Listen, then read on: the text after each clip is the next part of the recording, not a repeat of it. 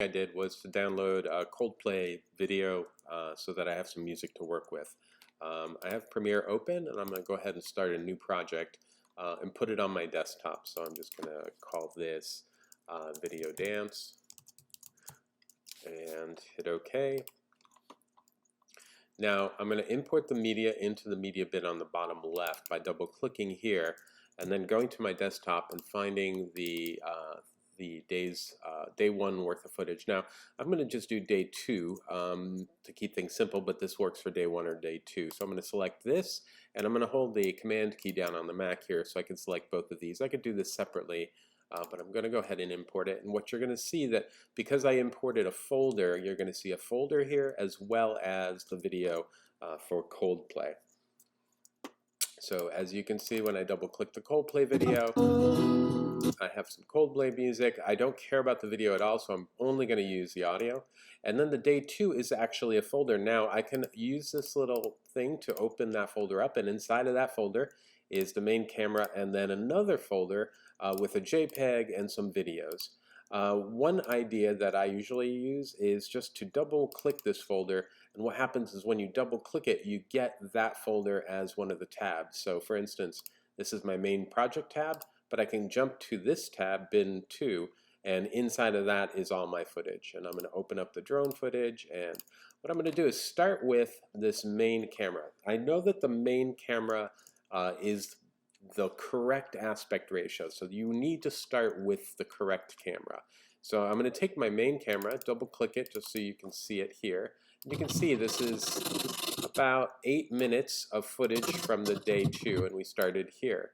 Now just to get my sequence started, a sequence is the actual video, I'm going to drag from the middle of this screen and bring it down here.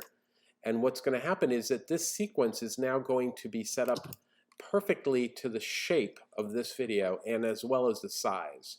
So if I were to do this with a JPEG, I'm going to show you here, I'm going to select this JPEG and I'm just going to drop it in on top of that video. You're going to see that JPEG right here, but you see that that JPEG is huge, right? If you had dragged this JPEG into this area first, your setup would be completely wrong, as you can kind of see. It would just be the wrong shape and the wrong size, which is why the first thing you need to do is to drag the main camera into this timeline, even if you're not going to be using all of it. Now currently we have the sound of the outside. You can keep that. I'm moving along this timeline so you can see what's going on. You have this little rubber band down here that allows you to zoom in and out, right? And you can hear the drone in the background. Now, if I were to take some of this drone footage, I'm going to go ahead and open up on this left-hand side the bin, and I'm going to double-click this drone footage, and you can kind of see, I see the drone footage. This is the first drone footage. It's in the right order here, number 11. You can see it's a little, the color's a little off compared to the main camera, but we'll be fixing that later. If I were to drag this in and put it on top, notice that the drone footage has no audio, but you can kind of see this drone footage is now on top of the other footage. And if I move it away, you can see through this area where my scrubber is. You can kind of see here's where I started, and then here's where the drone footage starts. And you notice, if I double click in this window, that the drone footage is really, really big. It's 4K versus the other size. So one thing that I can do for this drone footage is go to my, select my drone footage right here, go to my effects control here, or I'm going to be in the editing tab. This is normally where you start, by the way, under editing. You should see these tabs at the top. But I'm going to go to my editing tab if I'm not already on it, and you'll notice that under effects control, and just click on the blue. For whatever reason, it just went away if I clicked away. And I'm going to select the scale, and I'm going to scale it down to whatever it takes to be the right shape. So I can do this by double clicking in this window and just doing it manually, but it's sometimes better just to know that the scale is like 50%. And so just typing in 50, and then that looks like it's going to be perfectly the right scale. So all the drone footage is going to need to be scaled down, or you can scale it up. if you want to zoom in on certain elements. And you can kind of see here's the drone footage just at the start. Now obviously number 11 here, which is what this is, I'm going to zoom in so you can see it. Drone footage number 11. It's not so hot, so maybe I don't want that. So this is me just looking at the footage that I have, like selecting. I think I like certain things. If I do see something I like, you know, maybe we start here. I've got the drone. We were moving around a little bit. Don't like that one as much. This was another take. Don't like that one. Maybe take 14. So you're going to play with different things to see what you've got. And just kind of writing this down on a piece of paper is really useful. Now, I'm going to go back to the main footage. That's what's currently in here. And let's see. So this is like the shot we had.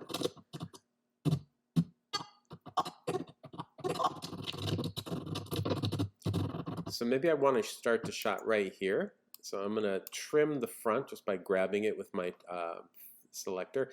Notice that I'm on the selection tool, and I'm going to actually move up here, and then maybe right here as you move out of frame, I'm going to use my cut tool and just cut this area right here.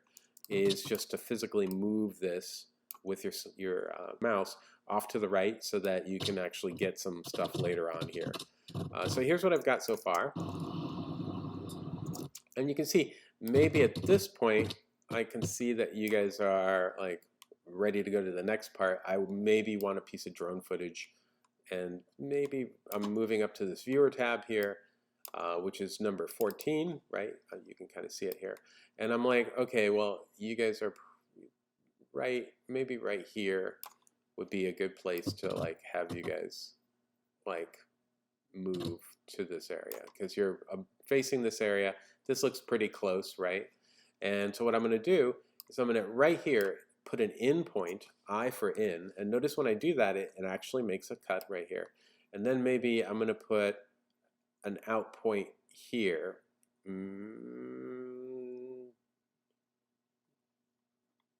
Right here when you guys are all on the wall. So O for out, and notice now I can actually take this and drag it into my timeline and put it right here. Now remember, this one right here is 50% bigger than this one. So by double clicking this, I can go to my effects control. Again, if I don't have this selected, make sure it's selected, and change the scale to 50. And now it actually fits. And you can kind of see how I'm going to go from this to that. You can kind of see there's a nice flow, although the colors are completely wrong. Okay, and I would kind of continue to do this. One other possibility, and something that is always nice, is to add the music in ahead of time. So I have my Coldplay video. Again, I downloaded this from YouTube. The important thing is the sound. So I'm going to take the physical sound here. You notice how there are two things here. I'm going to drag this underneath and let go. Now, I've got my... And I'm going to mute the sound of the main camera. So now I've got my main camera muted. That means only this is going to be playing. I could also just solo this. Muting all the tracks you don't want to hear is one way, and then soloing a track.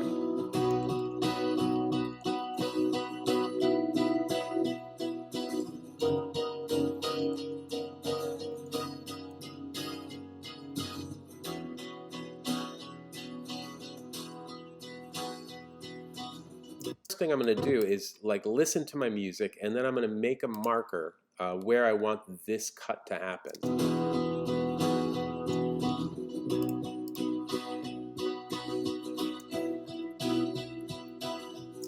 So maybe right there.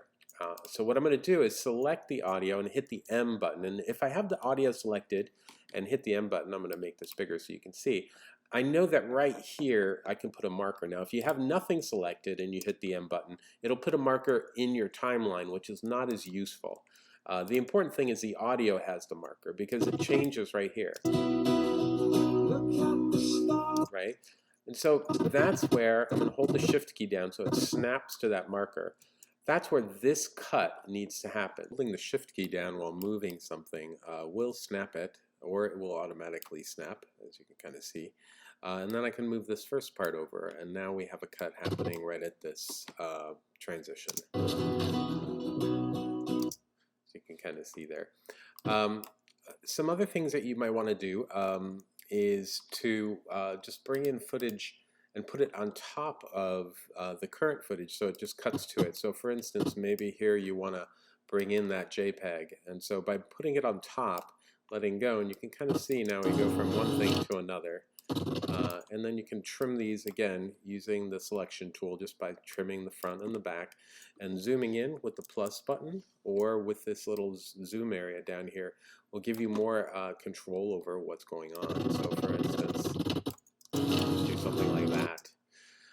Another thing you can do with this type of overlay here is you can see that it's not transparent at all. We can actually just see it. We can go from this footage to this footage. But you could use photos or other videos to actually give your, to make them kind of transparent, to make them, the video underneath kind of show through a little bit. And the way we do that is just double clicking this, opens this up in the viewer window here, and going to the effects control, and before where we change the scale, you can go down and you should see the word opacity.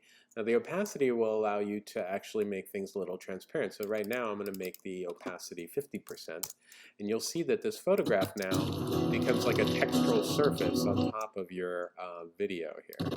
Another cool thing is to select this, is to try to change the blend mode. So bring the opacity back up to 100, or whatever you want, and then going to a different blend mode like darkening. And notice when I do darkening, notice how the photograph now actually blends into anything that's lighter. So darkening actually only allows the dark elements to come through. Inversely or conversely, overlay or soft light do just the opposite. Now the dark part actually is affected and the light part is not. I'm sorry, and lightning. You can kind of see now the dark part becomes affected and the light part stays pretty solid. And finally, there are other blend modes like difference where you get some really interesting things happening. And that's, again, just from the way one thing above interacts with the thing below. So you always change the thing above to give a different bit of style. So for instance, say I want to take this little bit of drone footage, I don't know, let's see, that one. And I'm going to make an 8.0, and then I'm going to drag this and I'm going to put it on top of this video. Now you can kind of see that I can only see this drone footage video, but I'm going to double click it, open up the effects control, and now I'm going to change the blend mode to difference. And now you'll notice we've got a couple things going on. Or I can take this blend mode and change it to soft light. See what happens there. You can see both videos happening at the same time. Okay, to kind of finish this off, so you could be playing with, working with multiple like video clips on top of video clips, changing the blend mode. But for instance, I'm going to just remove this. One thing that you might want to do is to fix the colors on some of the footage that you have. Maybe you have some iPhone footage that you're going to bring in as well for different things, and you want to make everything kind of look the same. So what we're going to do now is work on color and kind of color matching, color grading, really. So before we were in our editing tab, but if you click on the color tab, you'll get to this window, which is the window we've been in. And you can see that by selecting something like this clip, all of a sudden you've got a bunch of levers here on the right hand side. If you change the clips, you'll notice that the clip information changes. So these levers now are associated with this clip.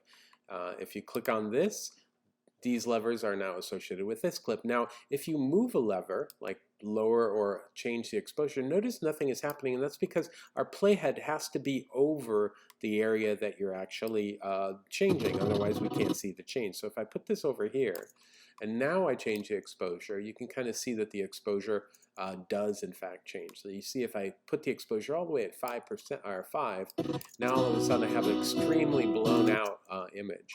Now you can start playing with these levers, decreasing or increasing the contrast, increasing or decreasing the shadows, decreasing the whites, increasing the blacks, and all of a sudden you have some really interesting looks that you can actually play with here. I'm going to hit the reset button because what I'm really trying to do here is try to get this to look like this footage. So the way I do it is I'm going to double click this footage so that it's in this window so I can see what's going on. I'm just going to fit this window so you can see. And then on this side, I'm going to select this footage. Then finally, I'm going to say, okay, well, what's different here? Well, first off, the darks are not as dark as they need to be. So I'm going to pull up the blacks maybe so that I get a little bit more blacks, and pull up the shadows or make the shadows a little darker. Obviously, the colors are a little more saturated, so I'm going to just pull up the color a little bit. The exposure, the contrast, probably a little more contrast on this one than this one, so I'm going to pull up the contrast. Play with the highlights, so like it seems like right around here. And so I'm going to kind of balance everything. Another possibility is I'm going to click on this little eyedropper for the white balance. If the whites are not pure white, which they look like they are, you can click on this and then click in an area that has white or gray, and it will color and make sure that that white is in fact white, but they look about the right amount. Now you can kind of see they kind of don't look too bad. Still got a little bit of softness here. That might be something I can play with the exposure by pulling down the exposure. Again, playing with these levers. Now, when you want to stylize your entire video, say you've made your entire video and you've got lots of clips, you know, all the way across, but you want to now stylize everything completely, there is one trick that you can do. You can add an adjustment layer to the whole thing, and that can be really the creative element. So the way you do that is to go here in the bottom left-hand corner and select this new item tab. Now, just we're in the color tab, by the way. So click on this new item tab, and notice it says adjustment layer. So by clicking that and hitting OK, we've now created an adjustment layer. And now I'm going to take this adjustment layer and I'm going to bring it way to the top, maybe video number 3 here, so that it's way above everything. And you notice it's pink. I'm going to zoom in with the plus button so you can see it. And now I'm going to actually extend it. I'm going to extend it over my entire video. Like, so my video maybe ends up here, who knows, right? And you can see it doesn't do anything yet because it is just a transparent piece of plastic at this point. In order for this adjustment layer to be useful is you've got to select it. Now go to your color area. I'm going to go to creative, or maybe just stay basic, whatever. And I'm going to just drag the exposure really high. And notice that it is affecting my adjustment layer, but if I use my eyeball here to turn off the adjustment layer, turn it on and off, you can see the adjustment layer is creating the look that goes below it. So by having an adjustment layer, that means that all your footage will have the same look all the way across. So you don't have to do that same look to each individual cut. This becomes like an omnipotent adjustment. So for instance, maybe I want to pull that exposure down, but I want to go to the creative tab and maybe open up some of the shadow tints and maybe give everything a blue tint. You can kind of see now all your footage has that same blue tint, or I can undo that. Another thing is we can take some little looks here and see if any of them are interesting. This is gold heat. This is noir. So notice how by making everything black and white, it kind of works that way, right? Let's see, go back to Kodachrome or whatever. Let's see, everything has a different look. I could play with some of this vibrant stuff by taking it up or down and making it hyper realistic, hyper saturated. I can pull the saturation up as well, making a lot of color, so you've got a different look. So again, the adjustment layer, you can turn it off and on, will give you the overall look. So you do that last. I'm going to turn it off for now, or I'm going to select it and delete it. Okay, to recap, bring in your footage to the bin, make sure you explore it. When you find a piece of the footage that you like, you can create it, just a segment of it by selecting I for in and O for out, and then that will only select this area. You can drag that down into the timeline and put it wherever you want. I suggest bringing in your audio first and then listening to it and hitting the M for marker every once in a while so that you know exactly where you want to have the cuts. This will allow the cuts to actually fall into the video or the music really nicely. Plus, plus, plus, and minus, minus, minus zooms you in and out. The drone footage is overly big, so the way you make it smaller is to double click it, go to the effects control and change the scale to 50 or something else, and then you'll be able to see the entire thing. To color correct, you go from your editing tab, which you should be in by default, to your color tab, and then select each individual element that you want to color and adjust some of the basic corrections so that it's correct. Now, if you wanted to copy some of the work that you've done, you can copy the colors from one thing, go here, and then paste, and you'll see it says paste attributes, and that will paste the color adjustment in that you've done for this clip to the other clip. So if you've done something on one of the drone pieces of footage that you like, go ahead and just uncheck the opacity, uncheck the time remap, but do select the effect and hit OK.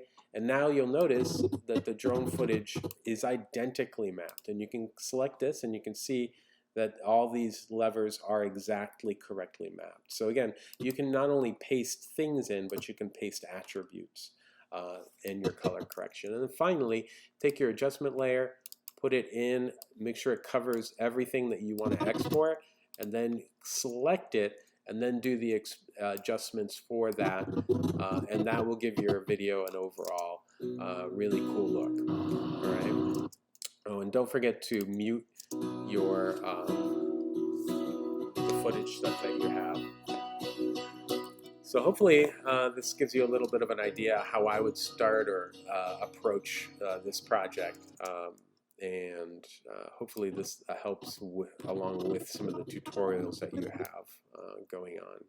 Okay, bye.